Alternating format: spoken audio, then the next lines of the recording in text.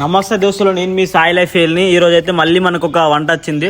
అది ఇప్పించింది ఎవరో కాదు, మా ఇంటి పక్కన ఉన్న బావ సాయి. నువ్వు అయితే మంచిగాతో రావే, మా తమ్ముంది రిసెప్షన్ ఉందా అంటే అక్కడికి అయితే నేను మా ఫ్రెండ్స్ అయితే మార్నింగ్ ఫాస్ట్ రెడీ అయ్యి వెళ్ళేసినాం అక్కడికి. అది ఎక్కడో కాదండి, మాకు 10 కిలోమీటర్ దూరంలో ఉన్న దుబ్బ్యాడలో అండి. వెళ్ళగానే ఫస్ట్ కూరగాయలు అడిగి తొందరగా కూరగాయలు అయితే కట్ చేసుకొని ఒక కింటా 30 కిలోల మటన్ అయితే ఒక పొయ్యి మీద ఎక్కించుకున్నా.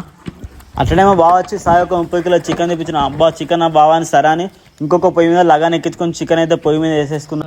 చికెన్లో ఒక్క చుక్క నీళ్ళు వేయకుండా మంచిగా పెరుగు పోసి అయితే మంచిగా దగ్గరికి చేసేసిన చికెన్ సూపర్ అంటే సూపర్ వచ్చింది. అట్లనే ఆఖరిలో నెయ్యి వేసి కొత్తిమీర వేసిన ఫ్రెండ్స్, చాలా బాగా అంటే చాలా బాగా వచ్చింది. అండ్ కొన్ని జీడిపప్పులు కూడా వేసిన. ఇంతలోపు అయితే మటన్ అయితే మంచిగా పర్ఫెక్ట్ ఉడికింది. దాంట్లో కూడా కొత్తిమీర వేసుకొని పక్కన పెట్టేసిన. ఇక సాంబార్కి అయితే పొయ్యి పెట్టుకొని సాంబార్ అయితే ఇంకొక పొయ్యి వేసిన. సాంబార్ కూడా సూపర్ అంటే సూపర్ వచ్చింది.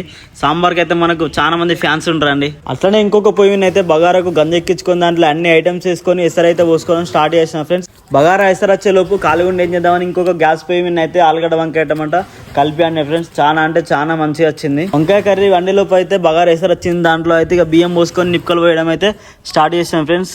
ఇంకొక పొయ్యి అయితే ఎక్కించుకొని దానిపైన బోటుడు అయితే స్టార్ట్ చేసుకున్నా.